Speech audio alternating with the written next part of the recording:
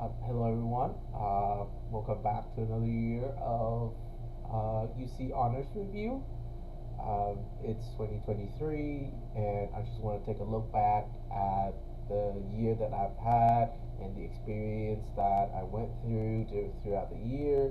As you can see, I've changed appearance-wise. I've grown up my facial hair, did a little bit of hair dyeing.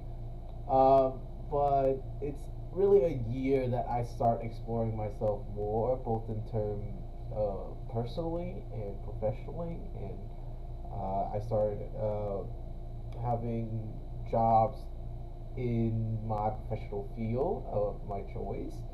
And the experience and the people that I've met and made a connection to is, I think, is invaluable.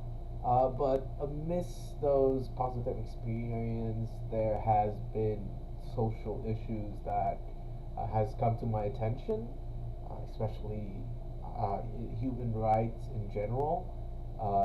It started with the 2022 World Cup in Qatar. I've always been a football fan, so World Cup has always been a very major event that I look forward to every 4 years. But the amount of atrocity and the amount of human rights violation that happened during the construction at Qatar has raised issues and has led people boycotting the event.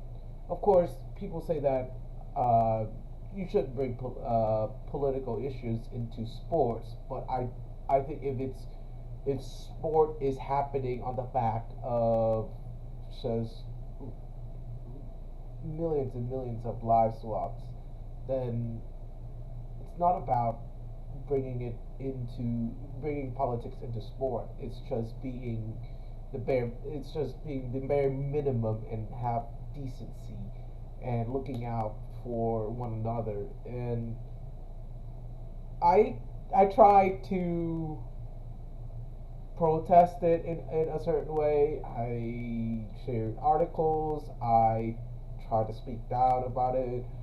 But in the end, it's still a very small part of what the we as a collective can do, and it's still there's still a huge attendance at the event. So I think it's okay for us to enjoy it. It's just we need to keep in mind the cost of the event, and we don't let the people that are responsible get away with what they did, and we don't forget the lives that were lost. I think that is the best way forward. It had happened, and it was a major success for Qatar. It's a major success sport washing project. So at this point, we have to move on, sadly, and we still have to fight for rights at this point. And I don't know. It's very hard. It's very hard to walk the line of what you really enjoy and being conscious about that choice.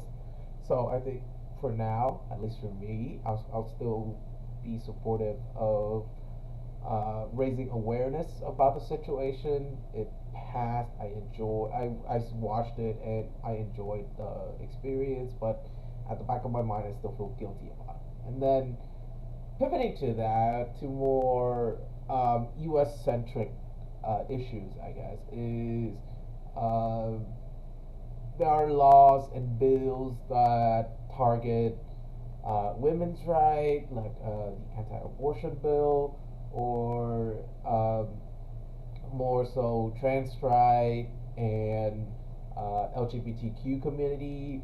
All of this is very pressing issues, and uh, the best way it's all about making raising awareness and showing that hey, you are against this sort of rights violation and this types of control over bodily autonomy or just basic freedom rights for everybody. You can love who you love. You can be who you want. You can express yourself.